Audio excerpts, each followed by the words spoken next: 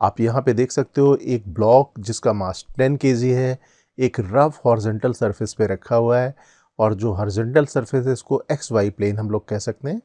Okay, और यहाँ पे two forces are acting, one is along the positive x direction 20 Newton and second is 15 Newton which is acting along minus y direction, and we are also given the coefficient of the static friction 0.4 and coefficient of the kinetic friction 0.3, and we need to find the nature, magnitude and direction of the friction force acting on the object.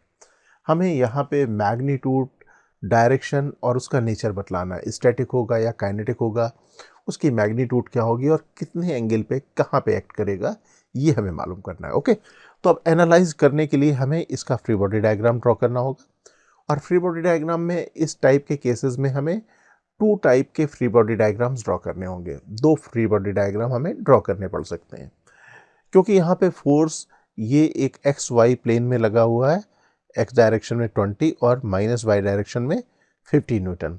That is driving force जो होंगी हमारे पास वो x Y plane में, लेकिन अगर हम लोग यहाँ पे देखें तो वेट और नॉर्मल रिएक्शन इधर पे जेड डायरेक्शन में, वर्टिकल डायरेक्शन में। तो सबसे पहले हम लोग नॉर्मल रिएक्शन कैलकुलेट कर लेते हैं। फ्री बॉडी डायग्राम सबसे पहले फ्रंट व्यू बनाते हैं, वेट एक्ट करेगा डाउनवर्ड और नॉर्मल रिएक्शन अपवर्ड। ओके, इस फ्री बॉडी डायग्राम से हम लोग कैलकुलेट कर सकते हैं maximum resistive force acting on the object. Maximum resistive force की वैल्यू क्या होती है? मैक्सिमम पॉसिबल फ्रिक्शन फोर्स, और वो होता है limiting value of friction force. तो हम लोग यहाँ से limiting value of the friction force calculate कर लें। हमारे पास n की वैल्यू आएगी mg, और m दिया हुआ है 10 kg, g की वैल्यू हम लोग 10 यूज़ कर रहे हैं, और म्यू s की वैल्यू हम लोगों को गिवन है 0.4।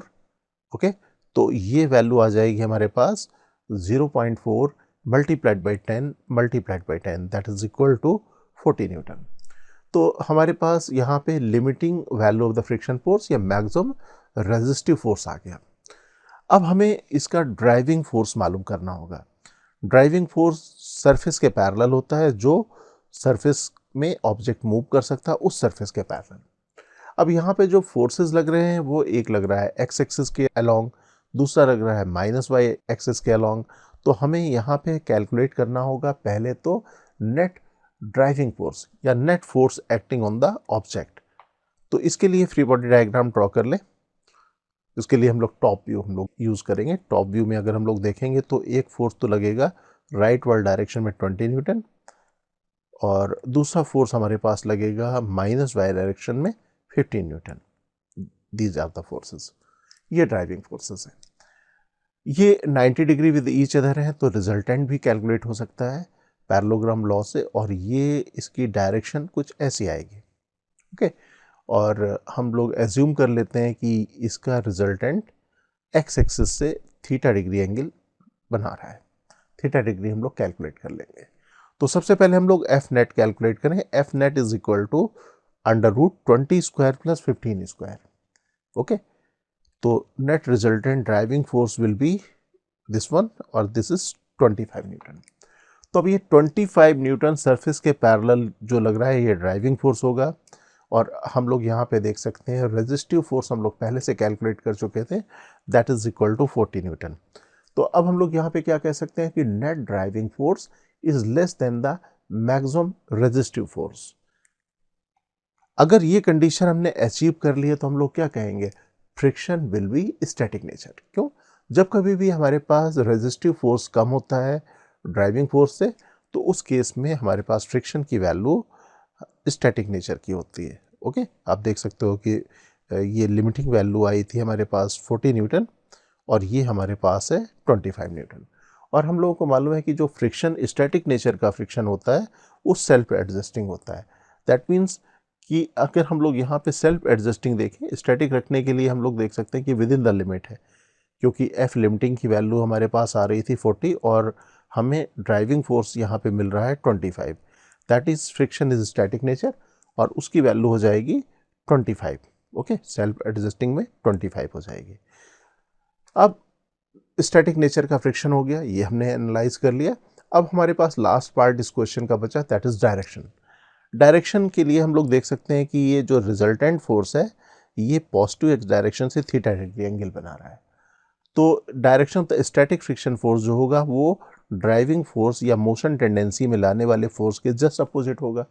तो इसकी जो डायरेक्शन होगी वो कुछ इस डायरेक्शन में होगी। तो अब हम लोग डायरेक्शन निकाल लेते हैं। ओके, अगर यहाँ पे इस डायग्राम में देखें तो टेन थीटा की वैल्यू हम लोग कैलकुलेट कर सकते हैं। Tan theta is equal to this value 15 divided by 20। तो अगर हमारे पास टेन थीटा आ जाएगा तो ये वैल्यू थीटा और ये इक्वल होगी। तो इस डायरेक्शन में हमारे पास फ्रिक्शन फोर्स लगेगा जिसकी वैल्यू 25 न्यूटन होगी। तो चलो अब कैलकुलेट कर लेते हैं। Tan theta equal to 15 divided by 20 that is equal to 3/4। और टेन थीटा इक्वल टू 3/4 हो तो थीटा की वैल्यू हमारे पास 37 डिग्री होती है।